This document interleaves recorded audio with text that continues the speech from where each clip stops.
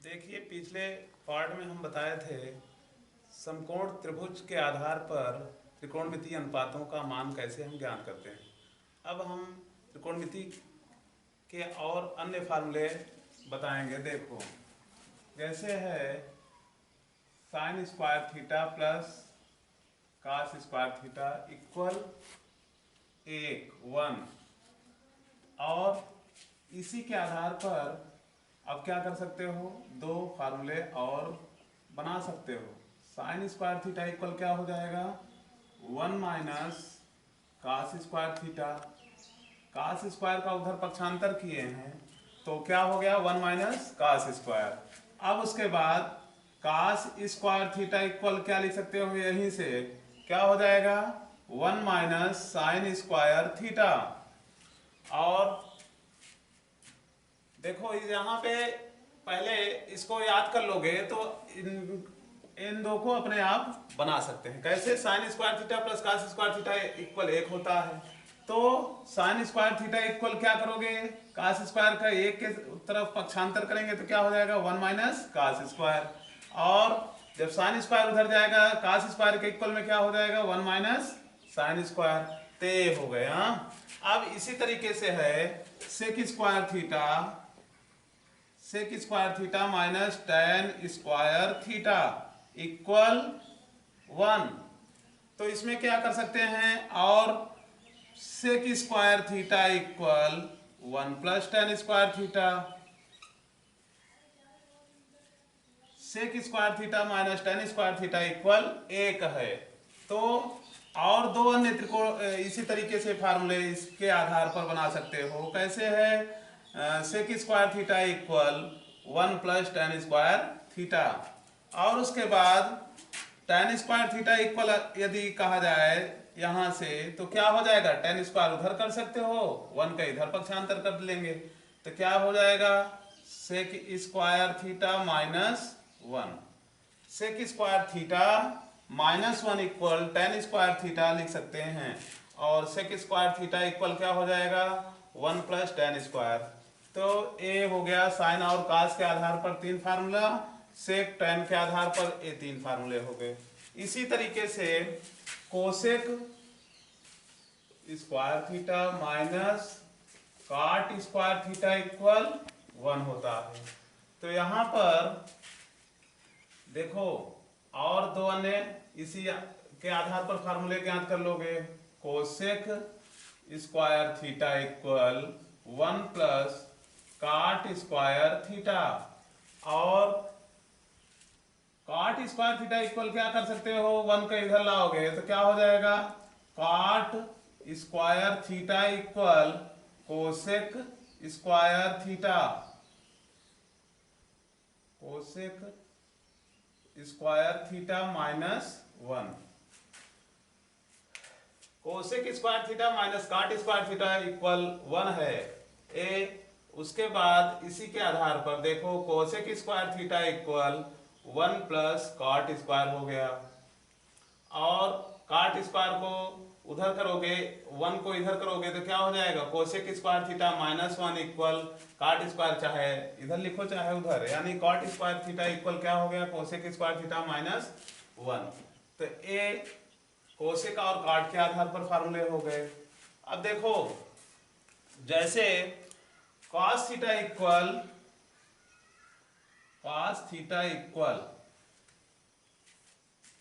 ए अपान B है और हमसे पूछ रहा है tan का मान, tan थीटा इक्वल, तो क्या कर सकते हो,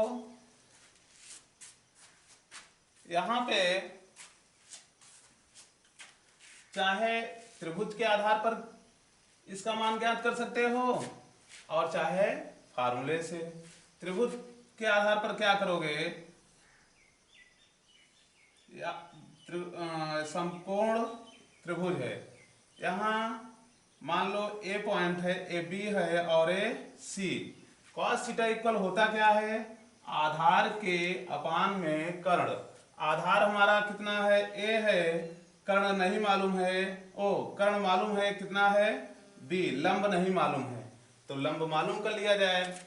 तो यहाँ पे देखो समकोण त्रिभुज है, समकोण त्रिभुज में क्या होगा, समकोण त्रिभुज ए बी सी में क्या करोगे, हमें कर्ण ज्ञात है, लंब ज्ञात करना है, आधार भी मालूम है।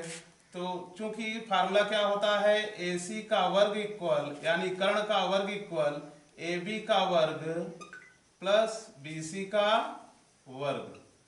तो हमें मालूम करना है BC, तो BC के वर्ग के इक्वल में क्या हो जाएगा, AC का वर्ग माइनस AB का वर्ग, ये हो गया। पक्षांतर करोगे BC का AC के साथ आएगा तो AC का वर्ग माइनस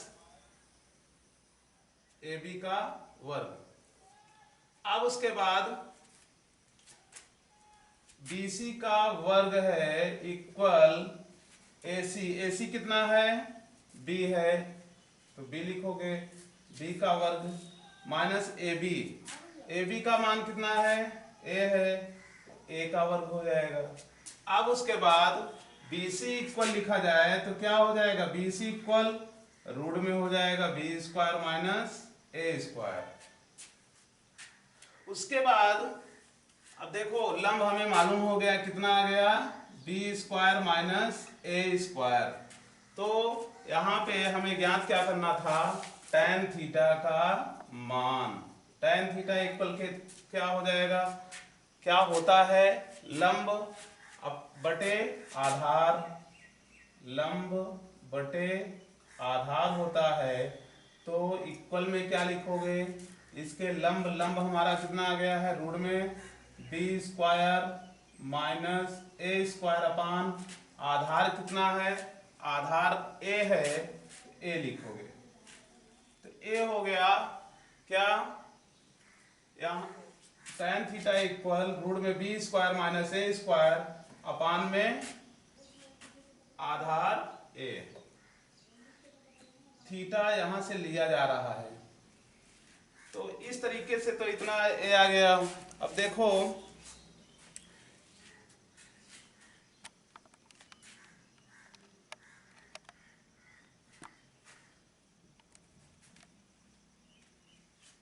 इसको हम इस फार्मूले के आधार पर अब बताएंगे। जैसे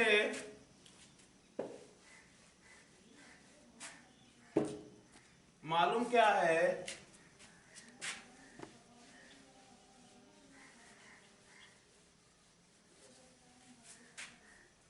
मालूम है cos theta equal A upon B, ज्ञात क्या करना है, tan थीटा इक्वल। तो देखो यहाँ पे sin थीटा का पहले मान ज्ञात करेंगे। sin थीटा इक्वल क्या होगा, रूट में 1 माइनस cos स्क्वायर थीटा। क्यों, क्योंकि sin स्क्वायर इक्वल क्या होता है, 1 माइनस cos स्क्वायर।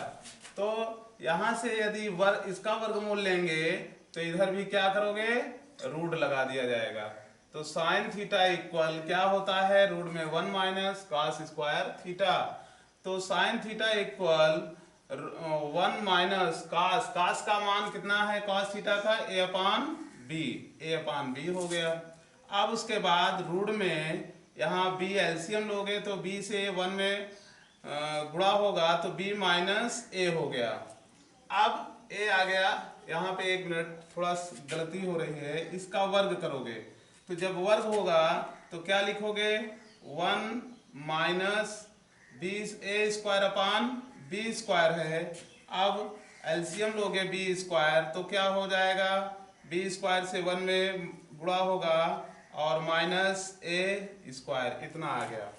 आगे आप क्या कर सकते हो, रूट में B square minus A square अपान में B, A इसका वर्गमूल कितना लिखोगे, B लिखोगे। अब A आ गया साइन थीटा का मान। जब साइन थीटा का मान मालूम है, cos थीटा पहले से ही ज्ञात है, तो क्या करोगे, tan थीटा बराबर A फार्मूला होता है साइन थीटा अपान में cos थीटा, साइन के अपान में cos इक्वल tan, और काट के लिए क्या होता है, cos अपान साइन, tan का उल्टा है वो।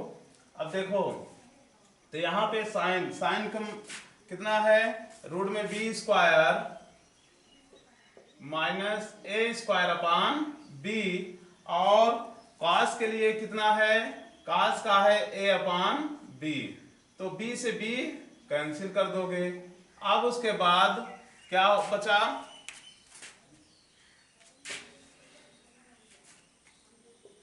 रूट में बी स्क्वायर माइनस ए स्क्वायर अपान ए। तो चाहे इस आधार पर, फार्मूले के आधार पर ज्ञात करोगे tan का मान तब भी आ जाएगा, और चाहे वो त्रिभुज विधि से, तो दोनों तरीके से ये बता दिया गया है, और समझ लो इसको।